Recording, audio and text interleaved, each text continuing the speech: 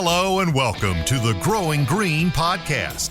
Your host, Jeremiah Jennings, is the owner of Growing Green Landscapes in Birmingham, Alabama, and has a passion for growing the entrepreneurship community for those who are young in business. Being a business owner isn't easy, especially in the early years, and that's why in this show we dive into a wide range of topics covering all the challenges small business owners deal with. Even if your company is generating $1 million or more, the stories from our great guest and Jeremiah's own firsthand experiences will propel your business forward. And now, here's your host, Jeremiah Jennings.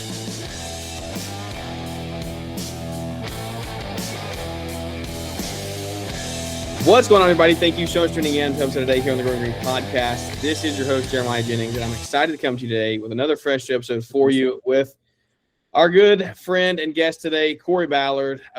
Corey has built multiple businesses, is now transitioning over to, I feel like, racing 24/7. We'll get into that a little bit today, but Corey built Perfect Cut and then sold that and now is in Ballard Products, and I'm sure has other hands in many other areas. But Corey, how you doing, buddy? Welcome to the show.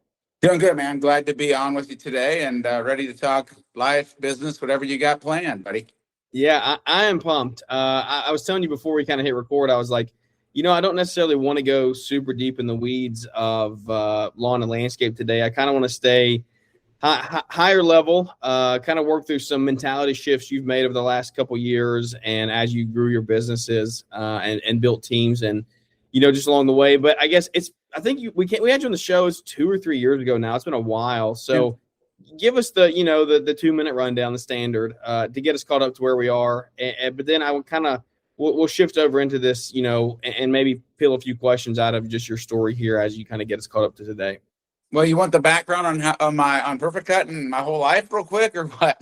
Yeah. I mean, let's just go give us literally the 30 seconds on Perfect Cut and then get us the last 5 years, what that looks like for you. Yeah, so Perfect Cut is a full-service site management company with a branch in Des Moines, Iowa, Cedar Rapids, Iowa, and Omaha, Nebraska. I think Perfect Cut is at about 260 employees now, revenue 30 million plus. And I started that with a lawnmower and a moped, and I started that at age 14 and, grew that over a lot of years with a lot of great people and a great business partner. So I don't take all the credit for that in any way, and just built a great team. Ultimately sold that to Heartland in October of 2021. Stayed on for 2.5 years as kind of a strategic advisor. Still involved a little bit. I mean, just because I love the company and I really want it. I just want to know how it's doing, what it's going on, how it's growing, who our customers are. And but I can tell you it's a little unique. I still see Perfect Cut trucks. I just saw one at the gas station yesterday and a guy got out that I don't know. And it was a management truck. So a new manager. So that's a little bit unique. So that company has continued to grow, and I have spent the last, 7-8 years really focused on the Ballard brand, which is just a line of accessories and products for the green industry that we continue to expand and really trying to focus on what are we good at? What are the products that make sense for our customers? And that business models continue to change a little bit over the years as well. And so we built a new facility I think we've been in here a year and a half, about 25,000 square foot facility here. We have a team of I think we're going to be at 15 or 16 people. So a much smaller team than what I'm used to, but still different business and different set of problems. So Jeremiah, but people always say, is this business way easier? And I'm like, no, really not way easier, just different, versus having, weather and employees and equipment. It's a little different business. So that's really the rundown on me, I guess, what I do. My wife works in the business here with me as well. And we've got a great team of people. And, but yeah, still connected to the lawn care side as well. We have the Green Grind podcast where we talk to business owners all the time. And I'm still kind of mentoring some guys in our local area, trying to always, I love lawn care, and it was so good to me for so many years. You're also knee deep in the world of I don't even know what, I should have said this the right way, youth racing. I don't know if that's a bad way to word it, but Your son is racing and getting into that whole world. So tell me a little bit about that. I can tell we talked before. I was like, he's passionate about this. Like he loves it. Yeah. It's got to be rewarding. So tell me about that a little bit. Yeah, I love racing. So I grew up racing go-karts, flat carts, and we just didn't have any money. And so my dad would say to me, hey, bud, we got enough money to race on Friday or Saturday. You pick the track. And so I raced growing up, go-karts. And then I eventually, when I got a vehicle, I had to sell. We had enough money. My dad said, you can keep racing or do you want a car? And of course I wanted a car and I wanted to chase girls. That's what any 16-year-old would do. Right. But I raced on and off as I even was running Perfect Cut. I raced motocross and did some things. So I always loved racing. And so my son was we tried, Jeremiah, I tried wrestling, I tried soccer, I tried baseball. He was not good at any of it. He didn't understand it. He didn't like it.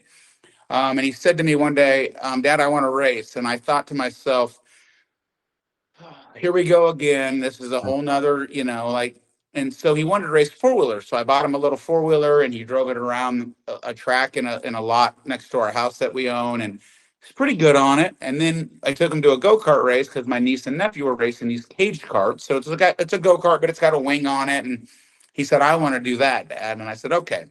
So we bought him a go-kart, and I'll try to make this quick. And the first year he was horrible. I mean, horrible. To the point where I'm not a quitter, man. I put in work and I'll work as hard as anyone. And the last race of the season, I said to a guy, hey, man, I think this is his last race. Like, it's just not his thing. I tried. He's just not good at it. And he looked at me, and we become good friends now. He looked at me and said, don't give up on him. He said, his kid's name's Braxton. He goes, Braxton was horrible. And Braxton now is a multinational champ. And I said, Braxton was horrible? He goes, Korey, he was horrible. And I said, okay. So I went over to him and I just said, hey, buddy, I love you. I'm proud of you. Just go have fun tonight. And he went out and got like 7th out of maybe 20. Best he's ever finished. Yeah. And I think maybe I was putting so much pressure on him because I'm built, you don't know me as well, but you can probably tell I'm pretty high energy, pretty focused. I'm gas pedal all the time. And he ended up, we took him winter race and he won one race and he said, Dad, I can win. And I said, buddy, I've been telling you that. And he went on that year to win 51 races. He has since then dominated in go-karts. We moved to junior sprints. Now he races micros. So we race all around the country for one of the number one teams in the country racing micros. So it looks like a sprint car. It's just a little bit smaller. So that's what we do. We kick off the season in Ocala, Florida, second week of February. And we race, we're on the road about 38 to 40 weekends a year. We don't race anywhere in the state of Iowa, which is where we're from. We race only the big events all over. So very challenging, but if you want to race, if you want to be the best, you got to race the best. And so we could race locally and probably win every Friday and Saturday, and it would look cool on Facebook. But at the end of the day, we try to put him in a position where he races the best kids in the country. So he's 11, which is kind of crazy too. He's just a little guy. And he races kids up to 6. The class he's in, it's up to 16. So he's racing kids that, they got mustaches. He's 11. So, but that is what we spend a lot of time doing. So I'm super passionate about it. And I'm just very blessed and fortunate enough that all those years, 35 years of just freaking grinding, give me the opportunity today that I can leave on Thursday morning and jump on our motorhome and take him, racing for the weekend. My wife goes and our dogs go, and we do this as a family. And so incredibly blessed to do that and having a lot of fun. And it's tough though. Racing's a weird deal. There's 50 or 60 kids every night in his class. Only one guy wins, right? So if you're on a football team, you win the whole roster wins, right? Mm-hmm. With racing, there's one winner. And in the type of racing we do, second place gets nothing. They don't get a plaque. They don't get an interview. They don't get a trophy. The winner gets all the glory. And so it's a very, very humbling and tough sport. And, I'm hoping that I'm teaching my son a lot about life because the real world's tough out there. And so we're working with him constantly. So that's my racing excitement. We could do a racing podcast forever. Well, I love racing. I can see, it's very visible. This is passion. You have passion behind this.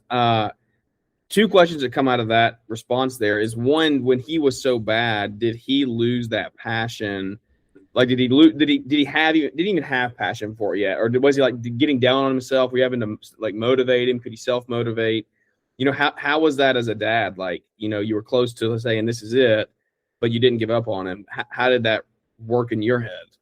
That's a great question, right? It's like it's so hard. I mean, I want to say part of me wants to say I've wanted everything I've ever done, but the truth of it is I've worked really hard to ever win. Like winning never came easy to me, right? Yeah. So, and when you love your child so much and you want them to do well, but I can't get in the seat for them. I can't hammer the gas pedal. I can't, and so very, very hard. And I think it taught me a lot. It really taught me a lot about patience, and really it bonded us in a weird way because I was insanely frustrated, but it also kind of reminded me of mentoring people in business and how you work with them and how do I communicate in a way that he understands at the time at 8 years old, right? And figuring out a way to speak to him in a language that motivated him. And because, there were times he'd come off the track and I want to say, dude, you're freaking horrible. Yeah.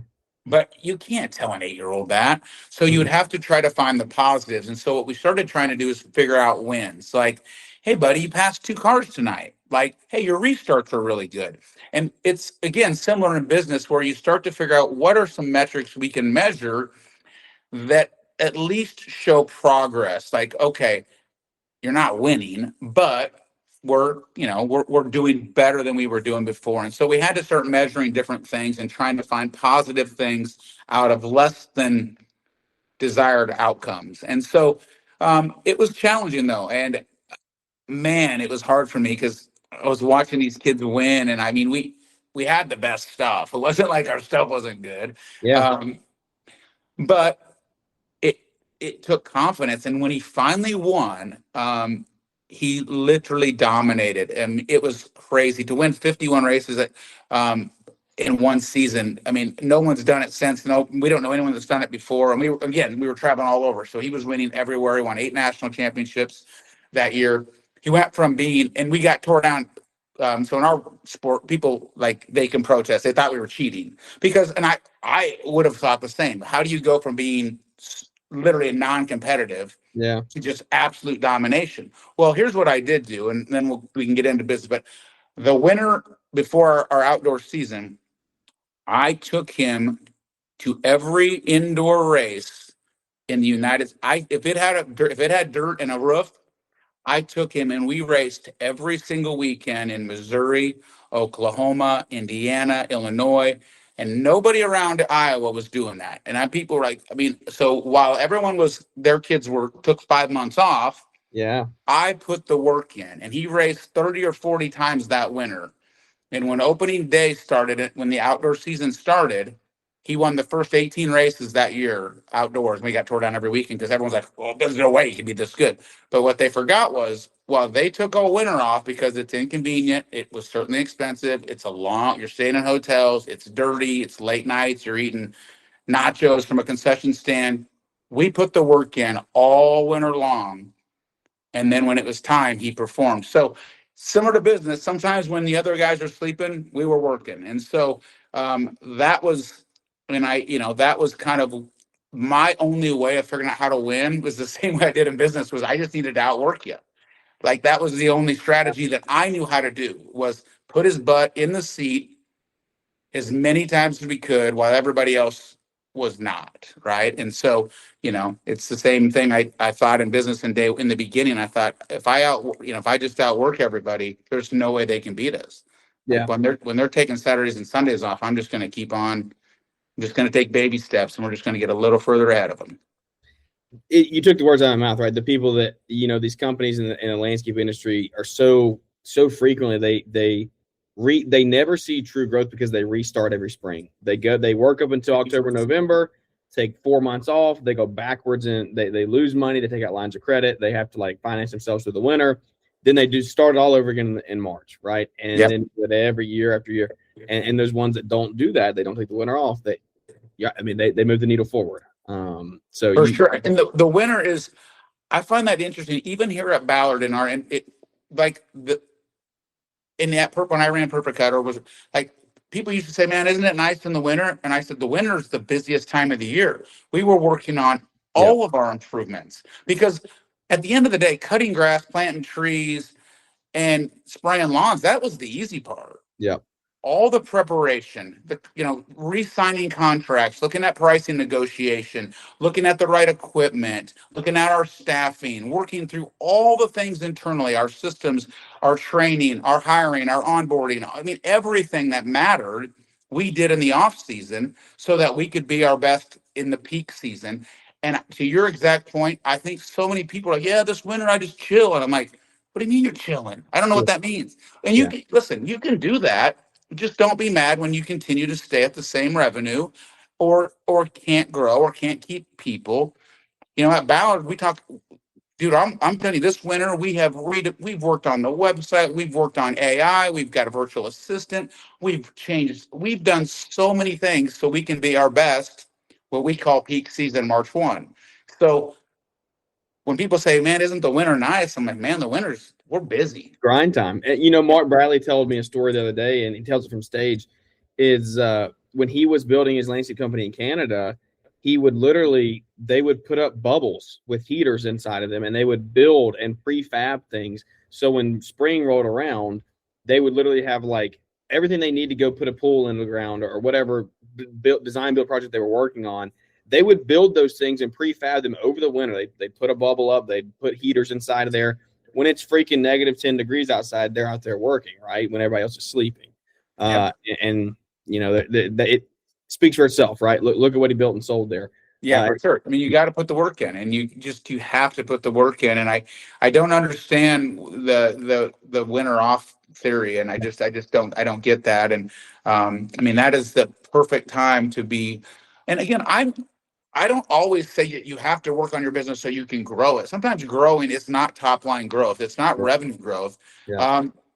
Leroy, who you know really well, Leroy's business hasn't really grown a lot top line, but I can tell you internally, they are so much better than they've ever been. They're smarter, they're more focused, they've got vision, they've got higher profit margins, they've got a better team. And then when you get all those in place, at any moment when you're ready to grow top line, you've got the thing built out, and you can grow by whatever number you really decide. You can hit the gas pedal because you know that you've got the systems behind you that can take care of it. And so many people have that wrong. They get the business and they try to build the back end, and then it's a mess. We did that this year. Does not go well. Does not go well. I've done it. We took 10 steps forward and 12 steps backwards, spring and summer this year. And so it's like, okay, here we go. Now I know what to not do moving forward. I think we've all done that. And again, we all have probably, I mean, I think in business at times you have to sometimes overstep your back. Sometimes an opportunity falls in your lap and you take on more than you maybe should.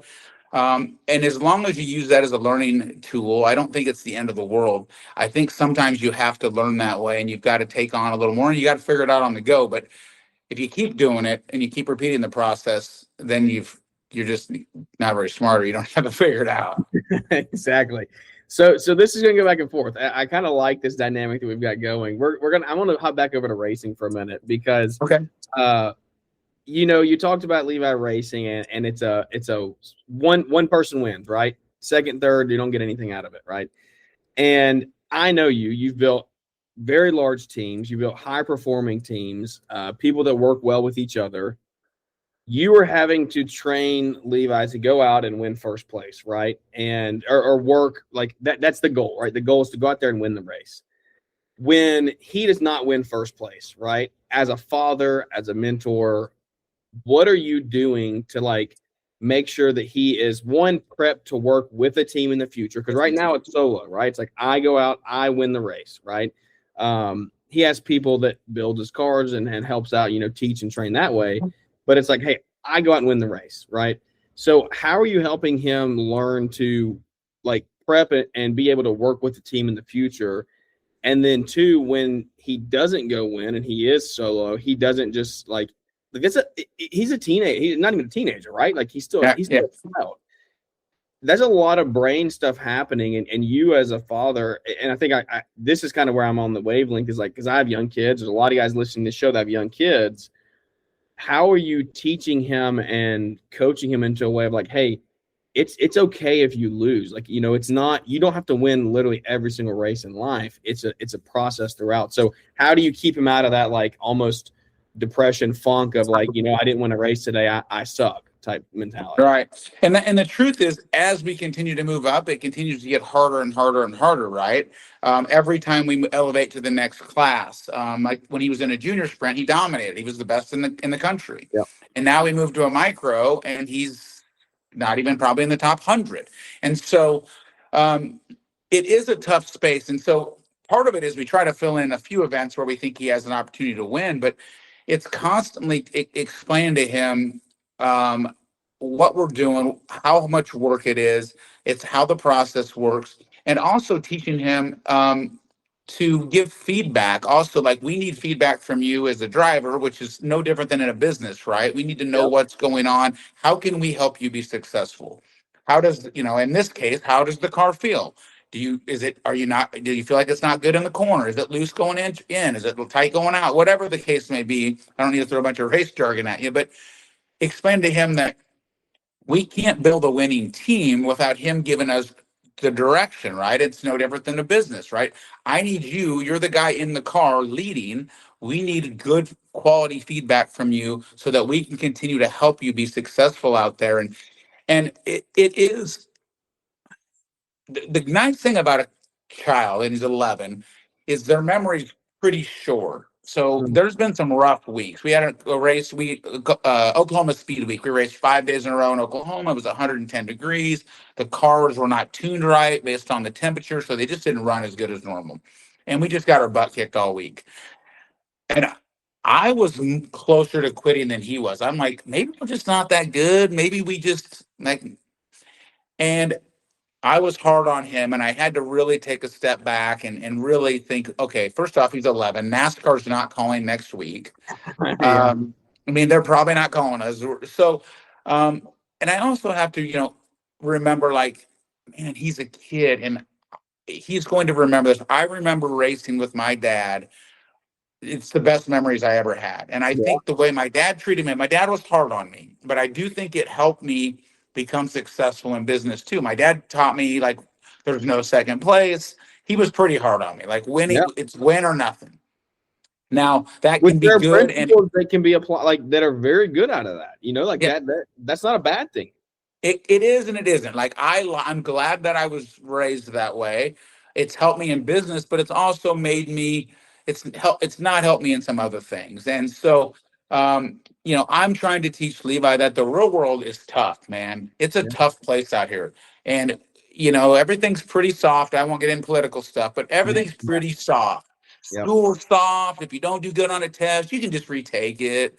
And if someone's mean to you, you just tell somebody and they won't bully you anymore. Like, back when I grew up, and I'm 50. So, I mean, we just went out, we just fought it out, man. We just figured it out. Sometimes you had to take a punch or give one. And so, I'm trying to teach him some humility. I'm trying to teach him to be respectful. And also teaching them how difficult it is to win. And so when we do win, how much gratitude and appreciation we need to have for those hard to get victories. Because when he was winning a lot, Jeremiah, he said to me, winning's easy.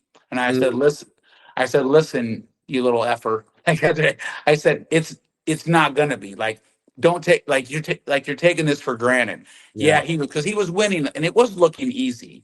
And I knew that was going to come to an end soon as we continue to elevate to the next level. And so I'm constantly trying to teach him the right way. Now, I'm not perfect at it because, man, I can lose my shit sometimes. And I'm all in, and we're traveling, and we're exhausted sometimes, and we're grouchy. And so I also try to give him some time, like, for when he gets out of the car, like when he's done, I let him try to get out of the car, get his helmet off. He's already disappointed. And that's one thing I like most about it. He already knows if he didn't do well, I don't need to tell him he sucked. Correct. Yeah. What I do need to say is, hey, buddy, how do you think that went? Oh, I could have done better. I missed the restart, or hey, I could have done this. Could have, instead of just saying like, what the f, what happened?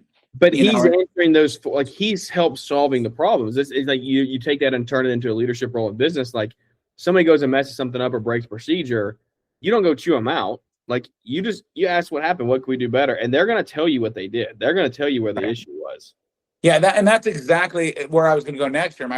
It's similar to business. Sometimes you have to let people make mistakes, as long as they're not detrimental to your reputation, the quality. I mean, but I would, and I've told this story before, but I sat across the hall from our mowing manager, and at the time, he had about, I think we were running 16 mowing crews at the time. At the peak of our mowing, we had ran a lot of mowing crews before we brought it back down.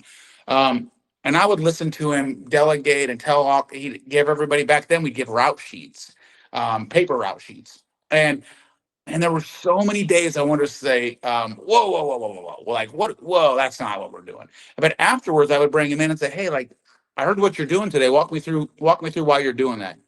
Well, this retirement center is having, the owner's going to be in town, so we're going to send 2 crews out there. There's a chance of rain. We want to make sure we get it done.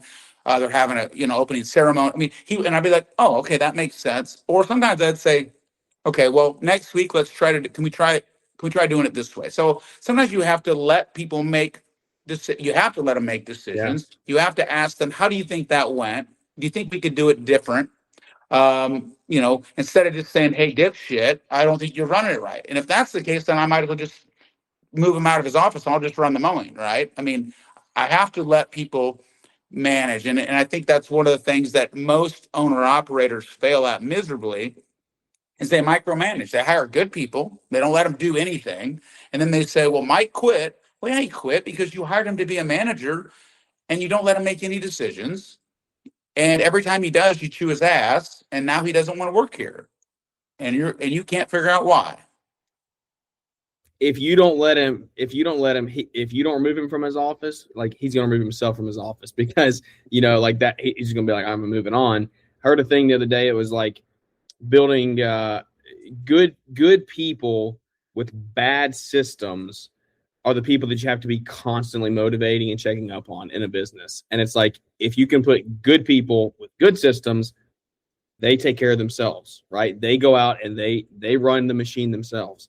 And that's exactly what it is. Like if you are overarching and you're trying to micromanage everything, you're gonna have to motivate them because they're gonna be like, and I'm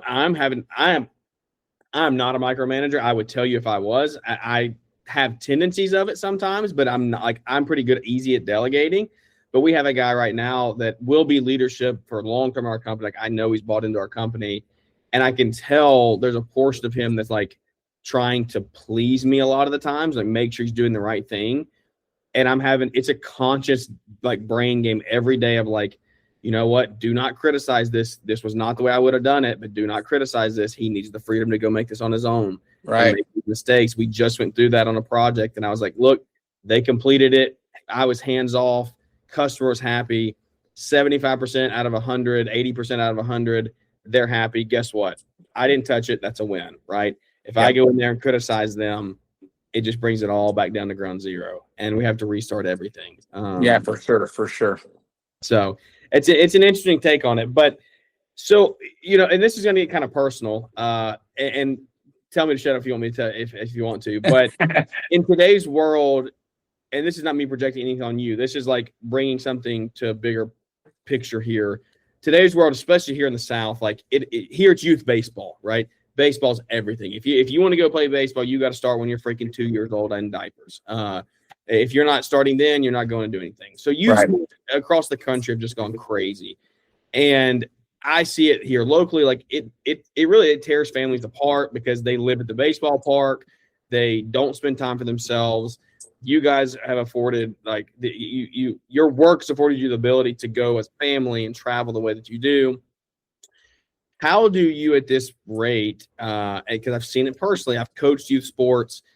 How do you with Levi make sure that, and again, do not take this wrong. This is not me saying you're doing this. I'm trying to bring this for people who have kids and get into sports, right? No worries. Into sports. How do we as parents, as fathers, lead their kids through the sport journey without it being you trying to fulfill your own dream that you never got to do? Well, that's a great question because I struggle with it. And my wife says that to me. I'm living vicariously through Levi, right? A little Exactly. bit. Like he's living my dream. And I say all the time, I'm like, dude, you know how lucky you are? You race for professional race teams. You Yeah. have the best. He's sponsored by K1, which is the best race suit. He has custom race suits, custom helmets, custom shoes. His gloves even got his name on them. Like he is, you're racing for the best of the best. And so at times he doesn't, I get frustrated because he doesn't appreciate it. And my Yeah. wife says, how would he know any different? You did this. He didn't ask for 4 race suits and 5 helmets. And he didn't ask for this. He just said he wanted to go racing.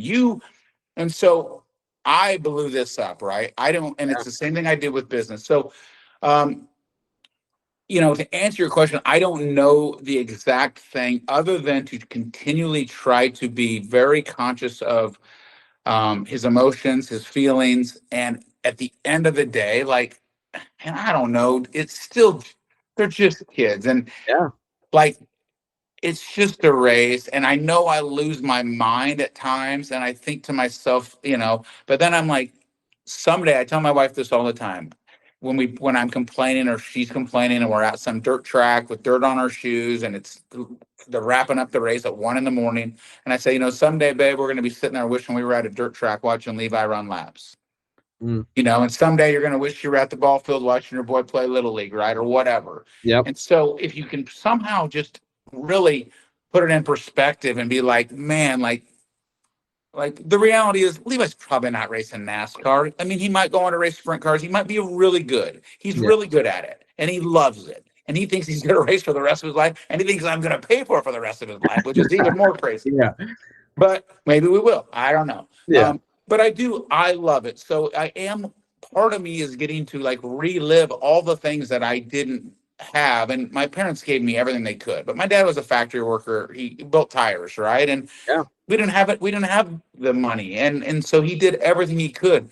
But what he did teach me was I was in there getting my hands dirty. I learned how to work on stuff. I learned how to mow yards at 9 years old. I was picking up cigarette butts. I learned how to shovel snow when it snowed. Like he taught me how to work hard. And that's one thing that unfortunately my kids don't have. And I see most kids, and that's probably just maybe where we are today. My son's never mowed the yard. He's 11. He should be mowing my yard. He's never grabbed a shovel and said, "Hey, Dad, let me help you shovel the driveway." Yeah. Like they live in a different world where they're on an iPad, on an iPhone, and so I don't know. I kind of got sidetracked there, but I don't know how That's to. interesting, though. I don't know how to do it other than trying to be insanely aware of the situation, kind, and we have a lot of conversations. I'm going to have one with him. Actually, after this, I'm picking him up. We're going to go do some indoor go-karting today. I try to pick him up on Wednesdays. We have early out, and I let him run an indoor track just because it's fun. And here's the crazy thing. I can't beat him anymore, which I guess is good. But I can't. How can I not beat him? That's crazy. Yeah. And then he talks shit to me. He actually told me this morning, "I'm going to cook you today." He goes, "Dad, I'm going to cook you today." He probably said you're cooked. That's what the That kid. is okay. You're right. That's what happened. So apparently I'm getting cooked. Yeah.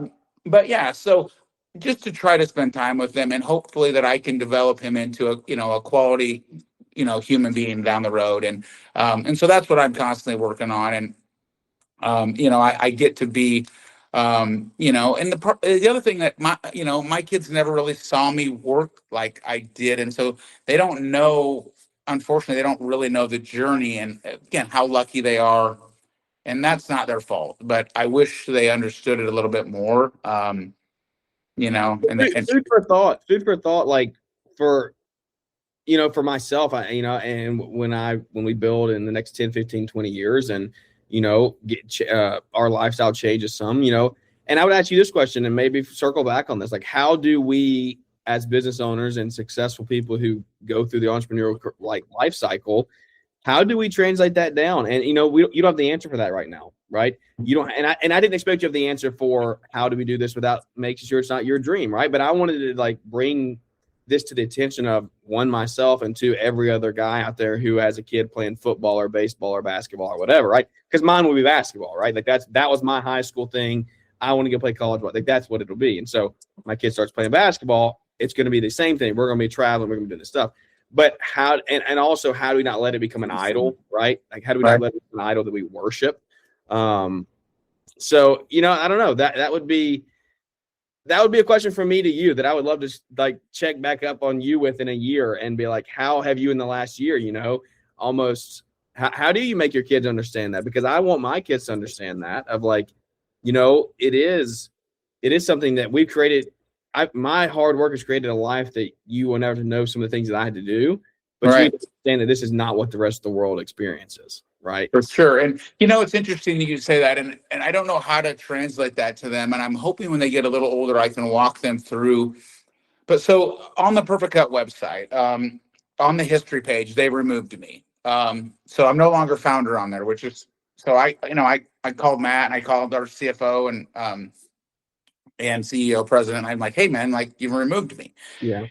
And they said, hey, Heartland kind of did it. This is kind of their thing. And I said, well, that's fine that you removed me on the pictures and this thing. But I said, when it talks about our history, it never mentions me. And Matt said, is that important to you? And I said, Matt, it's not necessarily, it has nothing to do with my ego. But I said, when my kids Google me, I said, the internet will outlive all of us. Yeah. When my kids Google me, or 15 years from now, when Levi tells his girlfriend, or 10 years from now, like my dad used to on Perfect Cut, and she Googles me and says, it ain't on there. Like there's no, doesn't say his name's not nowhere on there. Yeah. And I said, you know, and so kind of bring it back, like I want them to know my story. I want them to know the whole story. And it's going to be best told by me to them. And I don't know why I need them to know it, but I want them to understand just the story, the hard work, the years, because everybody always sees the end, right? I mean, they see this thing, and even here at Ballard, which has grown insanely quick, and we have this beautiful facility, and this team's a little different because they know my story, and there's not the resentment and some of the things that happen with Perfect Cut as we grew, you know, there, but you know, it's people come in like, I wish I owned part of this. I'm like, yeah, I know, I'm sure you do, but you didn't do the work. Yeah. And so, you know, having your kids understand it is in a way, it's tough, and maybe they never will completely. And maybe that's not our job to walk them through the path of, you know, I used to, you know, mow yards for $15 a piece, and you don't know what it's like, because they're going to have to figure out their own journey and their own path. And the world's changed, you know, today, and what they'll do with technology, and who knows with AI and all the things happening in the world. You know, I don't know. I don't know what my kids will do. I don't know if they'll have anything to do with this business. I don't know if your kids will have anything to do with your business. I don't know what that looks like, but I do want them to somehow know the story. And at their age, they just don't seem to be that interested in it. And I'd like them to say, I want them to be like, tell me more, you know?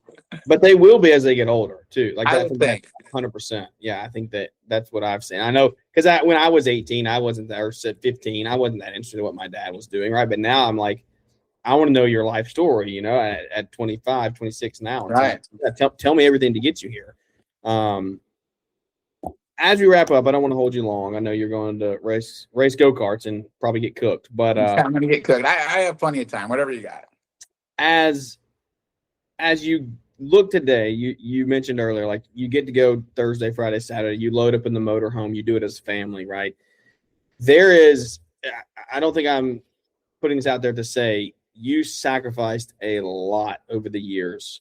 You put in a lot of just push work, like hard, nose to the grind work to be able to afford that, right? Because if you didn't do that, like, you know, chances are you wouldn't be able to do this. You'd be racing locally. You'd be going, hey, we can afford to race one or two events, right? One Friday, Saturday, you pick, right? That was your exact story. You're on the backside of this like push, nose to the grind time. Talk to the 20 to 30, 35-year-old that is in that grind season with young kids, a family. They are going to have to make sacrifices, right? They're going to have to spend times away. They're going to have to miss a birthday party or a friend's event or whatever, right? They're gonna have to work a Saturday or Sunday. Talk to that audience and the person that's in the thick of it, trying to, hey, this is the time where I grind, so I can't afford it when my kids are 11, 12, 13, I'm 45, 50. What are some things that you look back on and say, you know what, I sacrificed this, I regret that, as openly as honestly as you want to be about that? And then some things that you say, you know what, I sacrificed this and I think this was this was worth it. I look back and say, this was one that I think that this was worth it in the end. But I don't want people to get caught up in it. And then I want people to hear from someone who has gone to the other side and said, you know what, do not miss, like, this screwed me. Like, this messed me up. Yeah, there's so much there. And, and I'll try, at the end of the day, everyone has to make a decision based on where they are in their life. And for me, luckily, when I was at the peak of some of the grinding, I had no, I didn't have children. And then I had a young daughter, but I mean, in all transparency, it cost me a marriage. I was so focused on building a business. My ex-wife, my oldest daughter's with, I remember sitting in the garage and we pulled in and she said something like, I'm like, babe, you don't get it. You don't get it. I have to run this business. I got to make it bigger, better, more. And she said, like, as long as we're together, Corey, we'll be okay. And I said, as long as I have perfect, I'll be okay.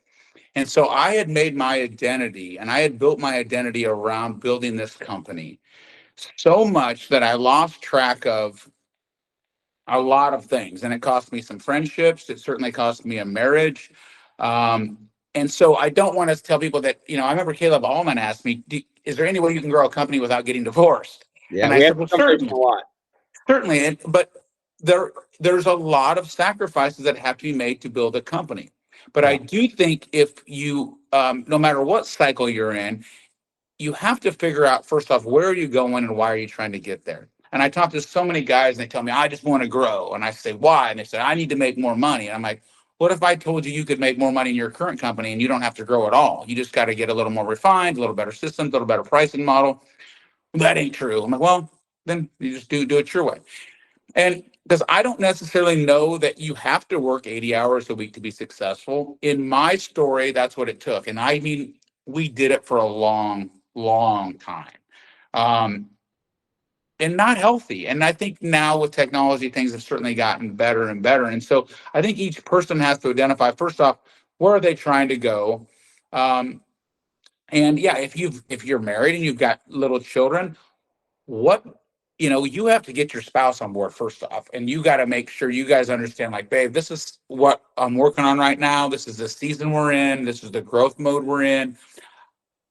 I'm going to miss a few little league games. I'm going to miss a few basketball games, or I might not be at church on Wednesday night, but here's why, and here's what I'm doing, and here's my long-term goal. Instead of just saying, hey, babe, you don't get it, that I just got to work, and how do you think we're going to pay the bills, right? Then your wife resents you. You're not spending time with the kids. Then when you are home, it's not good time either. And one of the things that I was not good at, and I can just tell you all the things I wasn't good at, is even when I was around Jeremiah, I wasn't present. So I would be at my daughter's dance recital, but I don't want to be there. I'm on my phone answering emails. I'm thinking about, holy shit, how quickly can I get out of here? I would always drive separate so I could just get out of there as quick as possible so I could get to the office and do whatever. And so even when even in the evenings when I was home, I remember, like, Lindsay, my current wife, we've been together 18 years now, but she's like, you were not present. You were here, but you just weren't very nice. And I was so focused on business. So, I mean, and you don't have to do it that way. It worked for me because I was laser focused on the business and winning, right? So I have this like, I wanted to win. And so those are some of the things that I can tell you didn't work that well. And I can tell you today, I'm much different. I say no to a lot of stuff. I protect my family time at all costs. I'm very, very protected, but it took a long time to get there. And so I don't know if that answers your question. I think you can build an insanely profitable and great business and also still set boundaries for you that allow you to have a healthy lifestyle and a healthy family and discipline. I mean, how many, you know, a lot of guys doing this. How many guys do you know? I have a friend who's insanely successful. Um, I can't even have coffee with him. His phone never quits ringing. He'll stop over like, hey, you want to catch the NFL game? Like, I'll swing over. Watch. I'm like, Brad, just leave. Like his phone never quits ringing. He has no boundaries. Everyone's calling him at all times. He wears every hat in his company, and he's worth a ton of money on paper. He has like 600 rental units, 700. It's crazy.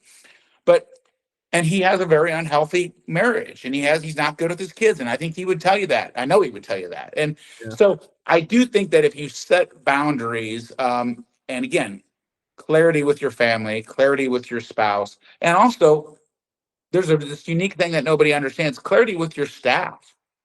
Hey guys, I will give you 110%, and here's the hours I'll be here. But on Wednesday nights, I go to church, or Yeah. I don't answer my phone after 6 p.m. That's just what I do. I don't answer the phone on Sundays. That's my day with my family. Whatever those boundaries that you set, it. But if your team knows that, hey man, Jeremiah, he is 110% in. We just don't call him on Sundays. Yeah. Like, I will not bug him on Sundays unless this building is burning down. Like, unless there's an absolute emergency. And so, you know, Leroy, who you know well, Leroy has his phone set to like unless you're on his favorites or something, like it won't even, you can't even get through to him. Yeah. And he's like, man, he goes, I found out that most of those calls, Corey, weren't that important. He goes, and all the business stuff goes to the business. So long answer. I don't know if I'm all over the place there, if that gave you any clarity, but if you've got That's any very questions good. out of that I can drill down on, I'd love to. But You when you pulled in that night and you said, we'll be okay as long as I have a perfect cut, right?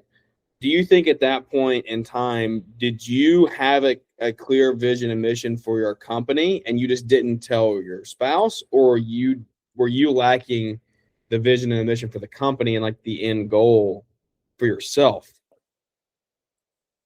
great question. I think that I still had a lot of fear that I wasn't enough and that I wouldn't make it. And Your at that identity time, was solely in this company at this point. my identity was Perfect Cut. Everybody knew Corey Ballard had Perfect Cut, right? And everybody, and backing up, I mean, all my friends went to college. You know, I'm sure you've probably heard me tell this story. When I was a senior, a teacher said to me, Corey, if you don't pay attention, you're going to be mowing yards your whole life. Yeah. I had this chip on my shoulder. And when I built this big fancy house, because I had too much ego, and that was the garage we were sitting in. I had a pool and a basketball court, and I way more than I needed. But I was so set on proving to everybody that I made it, whatever that looked like, right? And I was 27, 28 years old. We were probably at about 10 million in revenue. Not very profitable because we had grown too fast, no good systems, all the things that everybody struggles with. We were just as bad, if not worse. And I needed I needed the company to make it more than I needed my marriage to make it. That's how distorted my perception at that moment was. As my daughter sat at the time, probably 4, in the car seat behind us, and I'm looking at my ex-wife Michelle and telling her that like my business making it is more important than this marriage surviving. And that is truly how I felt at that moment. And it ultimately worked out better for everybody. But that's where my brain was at, because I needed that business to be successful forever. So everybody knew I made it. And like, so again, fear and ego and pride, all those things. And this was like 2008, 2009. We were going through this kind of dip in economy. Yep. And people weren't paying us, and so cash was tight. And she's like, "Man, you're just super stressed. I mean, all you do is like work, and I'm in there trying to fix all the problems that I can't fix." And so, yeah, like and I've seen a lot of it, and I'm sure you have too. I've been around a little longer than you, and I've seen a lot of divorces. And man, a lot of them. It's pretty sad actually, because it's a lot of that same thing where they're so focused on growing this business and running this business that they lose track of all the things that, I don't know. in my opinion, now, today, all the things that really matter. No matter. Yeah. I can tell you, I can count on, I don't even use a full hand of people that I can identify that have grown large companies and are on their original marriage. Right. Like that. Me too. Less than one hand. I have a lot of really, really good mentors. Some of them are on their third marriage. Yeah. And they're great men, great business owners, very successful. But the one thing they have not been successful at is relationships internally. And some of them don't have very good relationships with their kids. And I'm like, man, everyone's like, man, look at him. He's living the life. And I'm like, his kids don't talk to him. Yeah. No, thanks. Yeah. Yeah. No, thanks. I don't care that he's got a jet. His kids don't talk to him. I don't think you would, I'm projecting here. I don't think you would trade much of anything for you not having this time with Levi racing, right? No, like 100%. If Levi didn't want to go race with you because he just he hated everything else that you did. And I don't think it's anything that you've done is worth that. Right. Right. 100%. But that took a long time. It took a long time and a lot of maturity, and a lot of watching and listening and learning to figure out what really is important. And I also can say, in all fairness, it's easy to say now, right? When you sell your company and financially we're okay and we have the flexibility and freedom. But man, I was lost in my own identity for 20 years. And I thought everybody was keeping my score. I'm not sure anybody was keeping my score, to be honest. I think the only guy keeping score was me. Yeah, it is. So I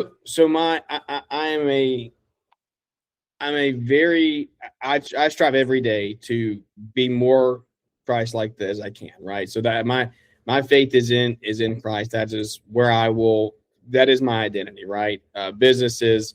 I set that at an early age in life, and I've struggled, and I'm not perfect. Any one of us, right?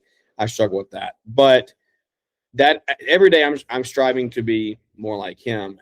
And over this process of growth, I have to catch myself and say, like, this is not about me, right? This is literally how can I share the gospel with more people? How can I make an impact for the kingdom this way?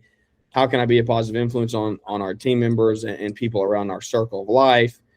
As you've done this and you've battled this identity crisis early on in life, do you feel like there was a time, like, can you pinpoint a time where you said, you know what, this does matter? Like, this is what truly matters. Was it after the divorce? Was that your wake up and you were like, whoa, like, I just lost something that mattered? Was it a 5-year process? Can you pinpoint anything to that to say, like, these are the things that matter to me? Like, when did that shift happen? You would think a guy like me would learn quicker because I'm fairly sharp at times, but I turned around and did the same thing. So when we started running Ballard, when I convinced Lindsay to leave Perfect Cut, she was just doing some admin work there, and it was just her and I. And I said to a guy, hey, you want to shoot some Facebook videos? I mean, we got these products we should probably sell. When we started building Ballard, her and I were back to working 80 hours a week, and I'm probably low on hours.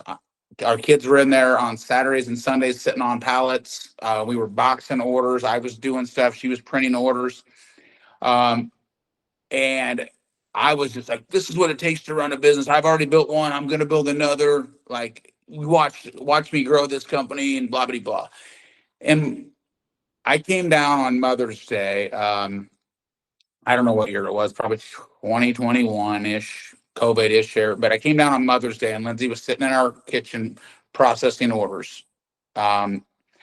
And I said to her, I'm going to go on a motorcycle trip. I was going with Leroy, so I'll blame Leroy. I said, I'm going to go on a motorcycle trip. And a tear just rolled down her face. And she looked at me and said, like, I wish that, something like, it must be nice, and I could get away because I would still answer questions. And I was going like a 2 or 3 day motorcycle trip. And she looked at me and said, like, how much is enough, Corey? When's enough? And I'd already sold Perfect Cut. And we're building Ballard. At the time, it was maybe doing, a couple $1 million. But we were just literally doing everything ourselves. Have one warehouse guy, like, we were small at the time. And she said, well, like, when is enough? And I just said, we need more. And I don't know what more, like, again. So I'll just tell you, like, now I had a second identity crisis because I wanted to prove to everybody that I wasn't a one-hit wonder. I wanted to also prove to everybody that because a lot of people said, well, Matt Bowman, he's sharp. Without Matt, Korey would have never built Perfect Cut. So here goes this ego again. Here, I'm like, well, I'll build another company without Matt. Then who's the fucking magic now? Yeah. So sorry to cuss on your podcast, but so now I had this second coming of, I want to show everybody that I could do this again. And Matt and I have real estate. We've done a lot of other things, but I'm like, I'm going to build another company and I'm going to do it all on my own. And so then I can show everybody that I wasn't a one-hit wonder. So the moment though that happened was Lindsay looked at me and said, like, when's enough, or how much do we need? And my answer was always more. How much do we need? We need more.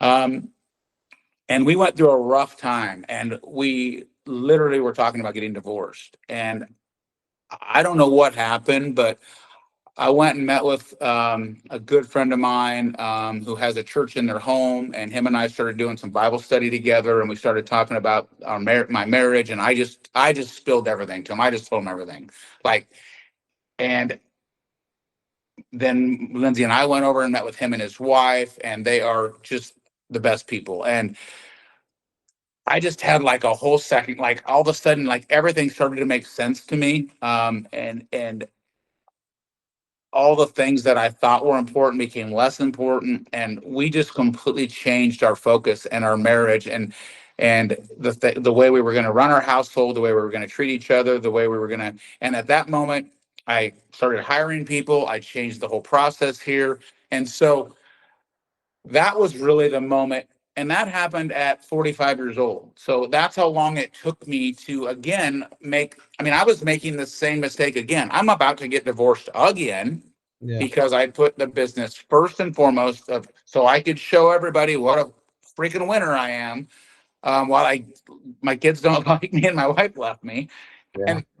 And I just tell you that because I think a lot of people understand that. I think, and they also think, and this is like, I'm telling you, like, everyone's like, if I just had more money, everything would be fine. No, it won't. I've been rich. I've been poor. I've been in between. And I use that word rich with whatever you want to believe it. Like, I've been on all levels of it. Yeah. Money doesn't, man, it doesn't, like, everybody thinks that they just had more money, the problems would be solved, and they're not, man. They're just not. And so all that stuff that you think you need, if I just had a bigger house, I'd be happy. And if we just had a better car, all those things, when it comes right down to it, when my wife and I got connected, when we got our faith aligned and we got our home aligned, and then I started giving back to more people, and I started helping people. I've been sober 9 years. I don't drink. I don't use nicotine. Like, I got my life straight and clear. I started helping people with their sobriety. I started helping people with their businesses. To your point, like, the more I gave, the more I got in return. And all of a sudden, all these crazy blessings just started happening in our business, in our marriage, with our children. And so I don't think that's a coincidence. I just think it was just realigning. But I like to learn the hard way. So I like to go through like, I gotta get like hit with the 2x4 sometimes. Yeah. Sometimes it's what it takes. I do. Like, it takes like hitting rock bottom sometimes for me to get my shit together. And so, and on the outside, here's something else. And I hate to keep just rambling here, but on the outside, my life looks so good to so many people. And I've told, like, people say, like, oh my God, Korey, I would have never known that you had had an unhealthy relationship with alcohol. I would have never known your marriage wasn't perfect. Like, you have all the stuff. You have a beautiful home and beautiful vehicles and your business. Like, all that stuff looks so cute on the outside and sexy on the outside. And we see this all the time with this Instagram and Facebook world that a lot of people live in. And the truth is, inside of that was a tornado, and I'm the tornado, right? I'm the issue. And I know that. And so I have to continually work on myself and becoming the best leader I can be in my home, the best leader I can be at my business. I work really hard at being a good leader in our business and a mentor to every single person here, and provide amazing opportunity and lifestyle for them. And they have to earn it, but I treat everybody here with the utmost respect. And I think that all just comes from lots of years of failure, but sometimes on the outside looks like I'm winning. Does that make sense? But you could not do that if you didn't get yourself and your home straight first. 100%. Like, You have to get the internal peace, and you have to, I believe, when my wife and I are good and our home's good and our home's in order, um, man, it's so much easier to be a healthy human and a great leader to the people here. I don't believe that people that live an unhealthy lifestyle and whatever that looks like for them can be a great leader in their company, in their home, in their church. If they're a coach, I just don't believe that, toxic people tend to be toxic in their environment. full circle here, we go back to the very beginning of this, and you talked about, your dad taught you you win and you lose. There's no in between, right? You think sitting there looking at it, that was part of this process. So you're like, it's not always good, because you think that built into your identity a little bit. Yeah, it certainly Before, like did. when you had this identity crisis of like, I'm gonna go kill this and I'm gonna win. No one's gonna stop me. Right, but the problem is there's a lot of collateral damage along the way. I'm not saying that in a good way. I'm saying no, this in a negative way. I'm saying, like, for sure. You carry this with you for almost your entire life, right? For sure, 100%. And I carried a lot of self-doubt and fear, and on the outside, most people would never know that. Like, even my own mom, when I told my mom that I had like all these things and she's like, man, you seem so confident and strong, and on the inside, I'm still just as insecure as the next person. I still have this fear. I still have fear today that it could all be gone tomorrow. And I don't know if that's this little bit of imposter syndrome, but I'm like crazy protective of a lot of things. And my wife's like, what's the deal? And I'm like, I don't know. Like it could all be gone tomorrow. She's like, I don't think so. But I still have this weird fear. And sometimes I'll be driving and I'll think, man, like, is this real? And so I still have the same fears and concerns and insecurities as every single other person does at every level. And it doesn't just turn off when you get to a certain level or age, which I thought it did. I'm like, well, he's successful. He's not insecure. He can't be. He doesn't have any fear. And that guy's scared shitless. I love it. As we wrap up, what is something? What is, not just like a word of advice or anything like that? I want you to personally give a challenge to me, to yourself, and to our audience for the next year. Some challenge that you can sit here and say, okay, let's focus on something that you think will make one of the biggest impacts across the board.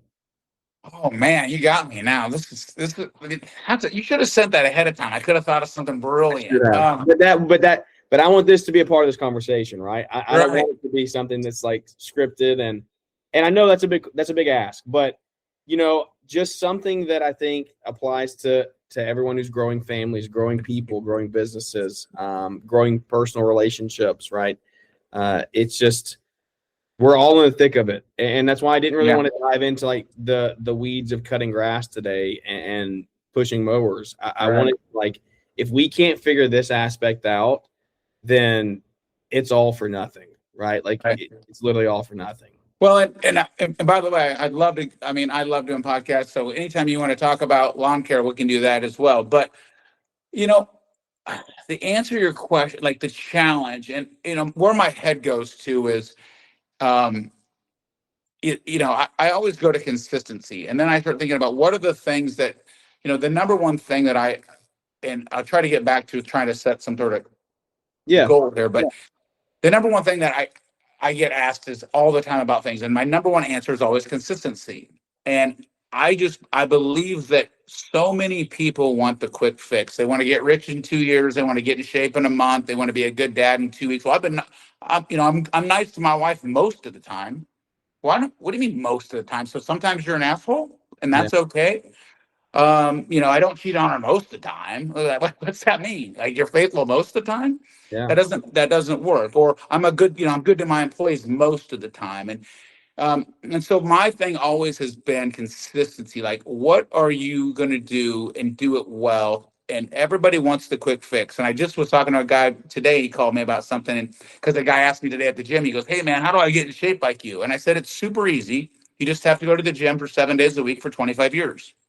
And he laughed, and that's a little bit of an exaggeration, but I always said, Yeah. because he wants me to give him some secret sauce. I don't have the secret answer. I've been 175 pounds for 25 years, give or take 5 pounds. I've been in the same shape my entire adult life. Sometimes I get a little chubby, sometimes I get a little lean. Like, it's kind of how I go. But like, he wants me to tell him some secret, or I'll have somebody like, "Hey man, I'm started this business. How do I get where you are?" And I said, "Hey, it's easy. You just got to work every day for 30 years. And he's like, "Whoa, like, I don't want to do that." And so the challenge is tough, but I guess I think about, like, whatever we want to do, whatever we need to do in our life, like, can we be consistent, and can we do it with kindness? And I guess I take it back to, like, my goal in my home with my wife is to be kind every day. I can tell you I'm not perfect, but I'm so much better. And I can ask, how can I be of service? How can I help you today? And that's something I never, ever, ever asked until I was probably 46 years old. Yeah. "Hey, what do you got going on tomorrow? Is there anything I can do to help?" Matter of fact, she just told me, "Hey, Thursday night, could you pick up Finley from dance?" She said, that would make it would help me a ton. And I'm like, "Oh, absolutely." Like, Yeah. she wouldn't even have asked me before, because I'd have been like, "No, I'm not doing that. So you want me to work all day and then pick up our daughter at 8 o'clock at night? Like, I'm not doing that." Yeah. And so I don't know if there's a challenge there, Jeremiah, other than, and can you be of service in your home, and not, I think so many men, and maybe I'm projecting a little bit here, but like, I work all day, like, It's accurate. It's accurate. Trust me. I see it. I and see I'm it with not my like, friends. like, I get home and you just want to dump the kids off on me, like, the kids, like, they're not your kids, they're Yeah. your kids. We're Like, involved. do you want to be a part of their life, or do you want to just be the dude that they saw come and go? Like, I saw dad, but like, we didn't really connect. And so, making a connection in your home, I guess that would be the challenge that comes to mind, is just making a connection in your home and being kind, being present, and doing it every day. And it's not hard when you make a habit of it. And I can tell you, when I started doing that, man, God, my life is so much better. My marriage is so much better. My relationship with my children is so much better. I don't even get upset anymore. I'm so calm now. Like, Yeah. but I'll lose my mind over something like super. Like, I'll walk by like a doorknob and it'll catch on my coat pocket and like rip my coat. I'll lose my mind. Yeah. But you can tell me, like, like, hey, my wife could be like, "Hey, I curb checked the Escalade today," and I'll be like, "They're just wheels, babe." All right. I'm like, "We can get them fixed. I mean, you curb check once a month. It ain't what's new." Yeah. But yeah, like I said, I'll hook like on a knob, and it'll catch and like rip. I'll lose my mind. But I'll rip the screen door off because the rollers won't, like, somehow we Yeah. get out of track. You're like, "This can't be this hard. There's Yeah. just 2 rollers." There's no reason it should be this hard. Yeah. So I guess if that answers your question, man, I think that's great. just encourage people to be, just, man, if you can be the best version of yourself at home, I think that translates so much in business. And man, it's hard running a business, right? And I say this all the time, like, man, it's supposed to be hard. People are like, "Man, it's so hard." I'm like, it's supposed to be hard. I love that it's hard. I like that some people quit, because it just makes the guys that put in the work, it just makes those guys win, right? I mean, and I'm a cheerleader for everybody. I want, when people tell me so and so got a new account, or so and so grew their business, or so and so made X amount of money, I'm like, awesome, dude, congratulations. I want everybody to win, and the people that don't, that's something internal in them. That's a them problem. There's a lot of hate on social media, and the people that are talking all this nonsense to whoever that's out there trying to help the community. That is what it is. It's hard because you're doing more than average, and the average is dumping your kids on your wife, going and having a weekend trip with the boys, and not taking responsibility on your home, and working your 8 to 5, and that's it, right? And that's out there. It's a bold statement, right? It's projecting a little bit, but that's just the facts. And there's a lot of men in today's world that they just don't respect themselves or their families enough to own that. So I think that's fantastic. I think that's a great way to end it and wrap this up here because, until you can get that right, and until you have that respect for yourself and for your home, and you serve your wife well and lead your kids well, no matter how big a business you have, you're not going to feel fulfilled, right? And I can guarantee, this is a bold statement, but if you fix those things, even if it's not business for you, maybe you're running a business right now and you're struggling. I want to grow. But you figure these things out, and maybe you learn and see, hey, maybe I'm not supposed to be owning a business. Maybe it's another career path I'm supposed to be in, right? Maybe leading somewhere else. You may have never thought that, right? Because you were so focused on growing the business. But when you figure that out at home, and that then opens your eye to maybe there's something else out in the world, you'll be better off that way, even if it is not running your business, which you think is the only thing that you have today. So yeah, I would agree with that completely. I 100% agree. And yeah, man, I appreciate being on today. And I didn't know where we were going today, but I had fun with it. I got to talk about racing, which is there you awesome. go. But yeah, let's and again, when you want to talk lawn care or leadership or get in the weeds, literally and figuratively, I love talking about our industry, and if there's anything I could do to help our community, man, I'm all in. So March 1 is go time. Where can people go to help you see go time go well this spring? Yeah. So if anybody wants to find us, we're super easy. Just ballard-inc.com if they're looking for any lawn care accessories, blades, anything good like that. If they want to check out Perfect Cut, which is the company I started, but you can't find my name on there. It is PERFICUT.com. Our website's fantastic. I always say like it's their website, I guess. Yeah. I still do have ownership in the entire. I did roll some stock into the parent company, but it's not enough to tell them what to do or get my picture on the website. Yeah. But and then if anybody likes the podcast, we do the Leroy Maines and I do the Green Grind every Tuesday. We try to have different guests on there. Sometimes it's just Leroy and I shooting some business advice or kind of just telling our story. And we've got some really good people coming up for the springtime as well. So that's every Tuesday, and you can find it anywhere you get podcasts. So yeah, that's what we got going on. Fantastic. Well, guys, thank you for tuning in. I hope you enjoyed it. Without any further ado, guys, that's turn out, listen up, and we'll catch you here on the next one. Thanks for tuning in to the Growing Green podcast. It is an honor to have you listening, and we hope you receive valuable advice to help take your business to the next level. Don't forget to follow the podcast so you'll be notified when our next episode drops.